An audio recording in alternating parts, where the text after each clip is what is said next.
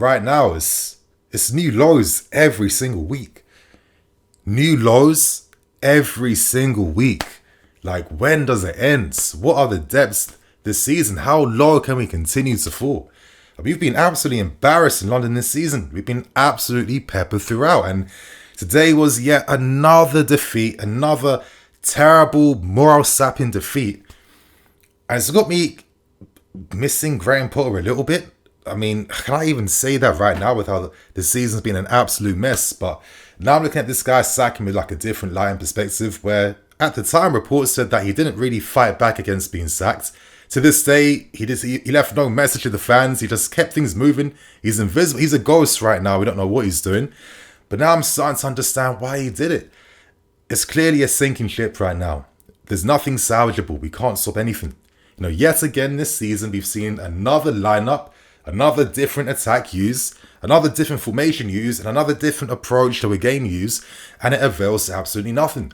And it's just like, if any of us created our best perfect lineup, there's constantly one glaring fault and weakness that undermines just how effective the football can be.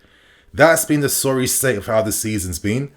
And tonight, you know, another humbling, another embarrassing defeat. And Arsenal absolutely peppered us. They should have scored more than 3 goals at least. And even the goal we scored, yeah, I didn't do much to create anything at all in this game today. And at least I guess we have our goal of the month contender now, because I think that's the only goal we've scored this whole month.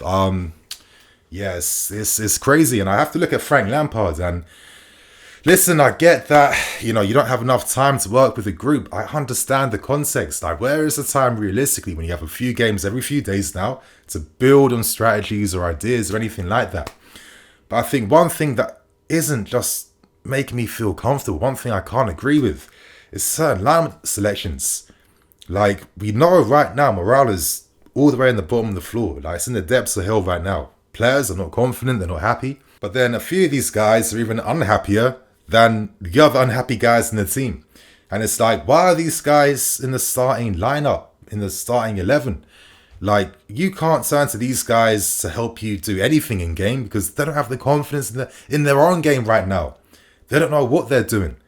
Like, why are these guys in the team? Why are we not using Mudryk from the start? I mean, his cameo performance for the last 20 minutes compared to anything Sterling did throughout most of this game today. I mean, we've seen Mudryk showing like glimpses, but there's no continuity to build off them. Like, why did he not start today? I'm looking at Mateo Kovacic, other than the one great pass Madueke, but Madueke created that goal himself based on that run he made. Covers another passenger in midfield. And then I'm looking at how the team's being played. I keep seeing N'Golo Kante inside the opposition box time and time again as the attacking fulcrum up front alongside Havertz. And I get he's there for the high press. But my friends, it's like a solo act realistically. But no, you have to press in groups and numbers. You can't just have one individual great presser up front as if that's going to make a difference. Because when this guy keeps finding himself in goal scoring positions or affecting the attack, everything keeps getting fumbled. Passes don't get passed to. Shots don't get made. Like, why is Gallagher sitting deeper when he's the more offensive guy and Kante's in front of them with Cover and Gallagher in behind Kante? It's these decisions where it's just like, can I even blame the players at times? Because it's like, if that was me, I feel like I'm a loser already. I feel like I've lost the game. I see how things are going to play out. There's going to be absolutely nothing different to give us no new energy, no new desire, no new surprises, nothing at all. And I just think to myself, Frank, like, listen, you know you're an interim. You know you're not going to get the job. Definitely not getting it right now. But I don't understand why this is your approach the second time you're here now. Because I remember this guy using guys like Havertz as a box-to-box mids. You know, I remember him doing some surprises. Kante being the DM in the team at least. And I'd rather see this guy playing DM right now than playing this offensive role midfield that doesn't get the best out of him. I mean, we've got guys like Enzo Fernandez, Gallagher, and all these guys like Ruben who are much better attacking the box and they don't play. It's these constant like conundrums all the time that's really starting to do my head in right now. And for me, listen, I did not see enough desire or heart from the players at all. A few of these guys can keep their heads up looking at Madueke tonight. Madueke, by far our best performer. This guy on the ball was looking silky. You're seeing his strength holding the ball up. carrying the ball 50 yards at a time, 70 yards at a time. You know, the only guy with actual goal threat. And the goal this guy scored, yeah, he's on the blind spot of Zinchenko. Like, he's just waiting to time that curve run just in behind Zinchenko. And that's what makes Cover make that pass in behind him. And then he takes his goal well. Like, this guy has been cooking for a while now. He has been promising in his appearances and his cameos. So, you know, you even think to yourself, he should have got a lot more game time, because currently he is our best right winger. He does bring more balance down that side, more goal threat, more drive, and that ability to carry the ball up the field too. So Noni tonight, top stuff. And the thing is, yeah, Pochettino is going to be watching you, Maddie. Pochettino is going to be watching you.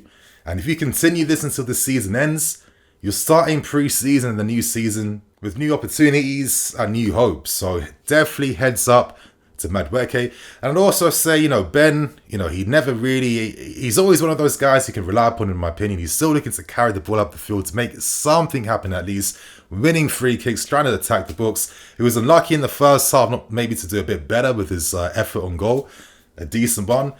But other than Madueke and Ben, I can't really say anyone today really gave me much at all. And I think that left-hand side for 70 minutes until subs came on was absolutely awful. Look, Raheem Sterling, listen, even though I'm frustrated at the performances, I can't fully blame the players, because if I'm Raheem Sterling, I think to myself, I was at a serious institution like Man City. I had a clear, defined role, yeah? I had proper support. I knew exactly how I was going to play, and the system was playing to my strengths. And I think since his brother signed for us this season, he's been using every single position. False 9, up front, on the right, on the left, in a 2. It's ridiculous. It's not good enough. And this is a guy that's won a lot of trophies and titles. He's in his prime age right now. And even though he's poor, his poorness is kind of like magnified even more, because it really highlights the lack of support and structure we have when it comes to anything attacking identity right now. Like, Raheem Sterling always had a proper left back that was close to him at all times at Man City. He was always found isolated further up the field, you know, 1v1 against his man. And he had at least 2 options around him. You know, the guy in the half space and the full back that's making the inverted run.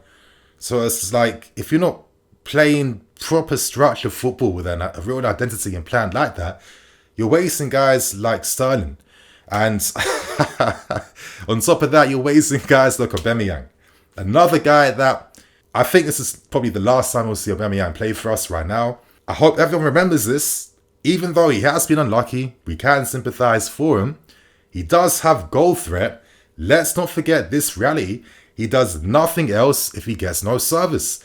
And we are not good enough as a team to carry any passengers. And actually, in that first half, Arsenal, the amount of pressures they were putting on us is ridiculous. It was an onslaught. But it was made easier because look how high their defence could push up. You know, they don't have to worry about getting closed down on the ball. Aubameyang's not going to put pressure on you. Sterling ain't going to do that either. You're making their lives 10 times easier by letting these guys play out at ease to find the balls and passes they want. It's absolutely ridiculous. And it's just like, listen, I understand the context Lampard might be thinking of, on paper and training, these are the only guys that can run and press right now. But bro, come on. Like, it's how you lose. We had like 6 shots compared to Arsenal's 16. I don't even want to see what Arsenal's expected goals were for tonight. So I know that's going to make me even angrier when I see that. But it's about instilling that hope and some belief in the team at least, you know? What are these guys really going to do? We were playing with passengers most of the game. And that then just trickles down to the rest of the team. I mean, let's talk about the goals tonight, man. I mean, I'm seeing Arsenal score the same identical goal twice against us. That's telling you that these guys came prepared. They knew our weakness. They knew our blind spots. They knew where to attack us. You know, cool, ball watching. Like, I thought when you're signing guys for big money like this, details like ball watching aren't a thing. They're not a factor when you're signing for a club like us, you know? Like, that's like a bare minimum thing that, okay, I'm not signing this guy if he's caught ball watching 24/7. But we have a lot of these guys in the team, no? And those 2 goals that Odegaard scored, left foot, first time strikes, no one applying pressure. Passive pressure throughout, yeah? Passive pressure throughout. It's terrible. It's really not good. It's really not good. And to add insult to injury, Jesus then goes to make it 3. I think our defense should have done a lot better. Azpilicueta found out again, and it goes back to that lineup. I said in my preview, listen, I don't really want to see Silva or Azpilicueta because I know with that pace disadvantage, that's going to cause us issues.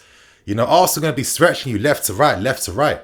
You have to constantly be aware to close those spaces down with aggression, to be quick.